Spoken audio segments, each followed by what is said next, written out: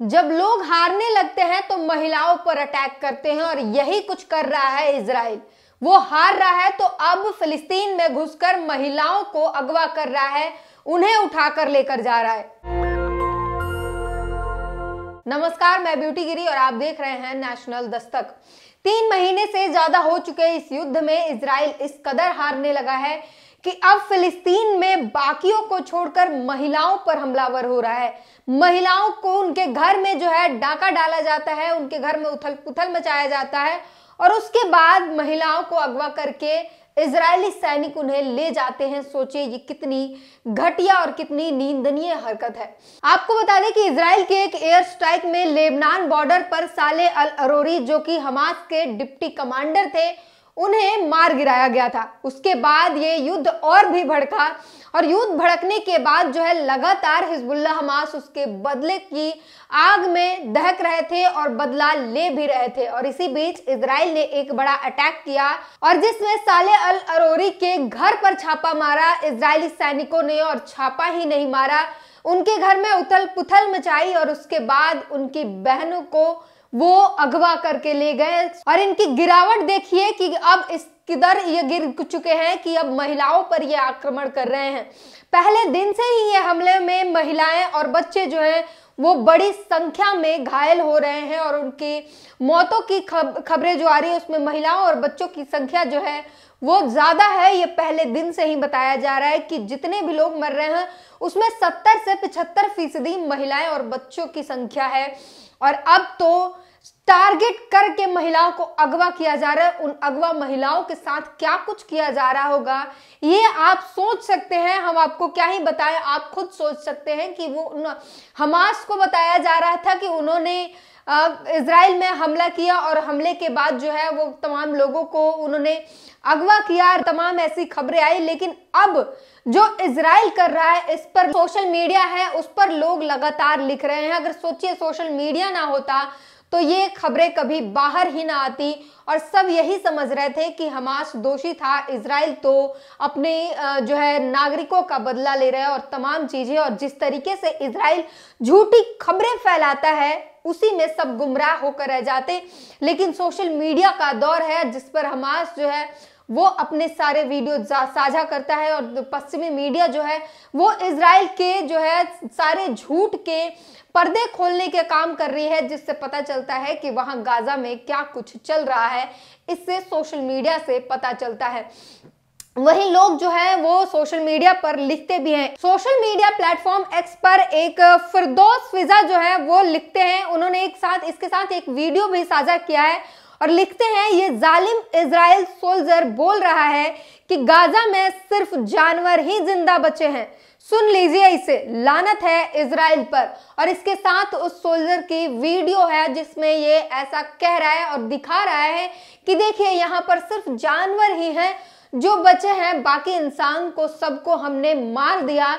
जो बच्चे थे उन्हें खत्म कर दिया, महिलाओं को अगवा कर लिया और जो जवान थे, जो इंसान थे, उन्हें वहां पे बर्बाद कर दिया, इमारतें ढेर कर दी। ऐसा इजराइल का सैनिक बोल रहा है और खुशी उसके चेहरे पे इस वीडियो में साफ झलक रही है। आप उस पोस्ट पर जाकर खुद देख सकते हैं। वीडियो हम आपको नहीं दिखा सकते, हम सिर्फ आपको टेक्स्ट दिखा सकते हैं।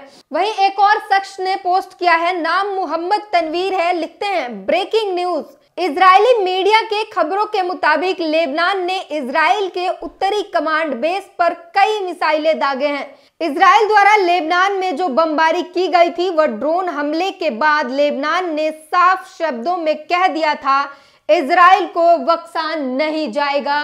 ये लगातार हम आपको बता रहे हैं कि किस तरीके से हिजबुल्लाह और हमास जो है वो लगातार आक्रमण है इजराइल पर, आक्रामक होकर वो हमले कर रहे हैं और ये बयान भी दे रहे हैं कि इजराइल को अब बख्शा नहीं जाएगा।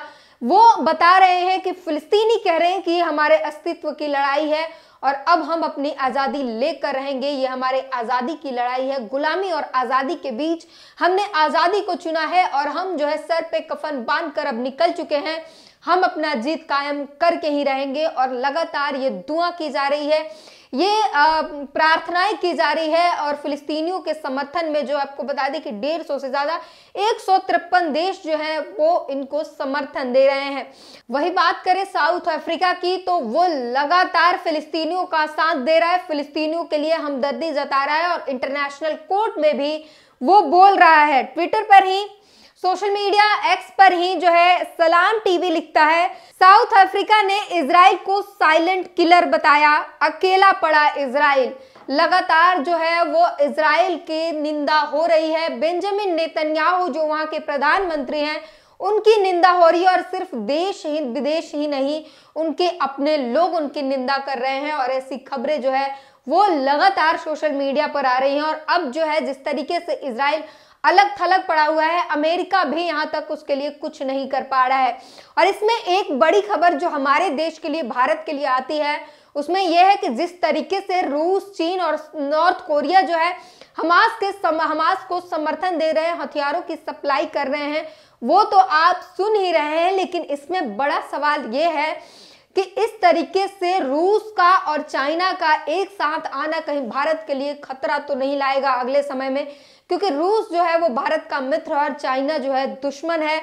और भारत की एक गलती के कारण जो है चारों तरफ से किस तरीके से जो है तमाम जो विशेषज्ञ हैं, जो समझ रखते हैं जियोपॉलिटिक्स की, वो बता रहे हैं कि भारत ने अब किस तरीके से अपने इर्द गिर्द सिर्फ दुश्मन ही दुश्मन पाल लिए हैं।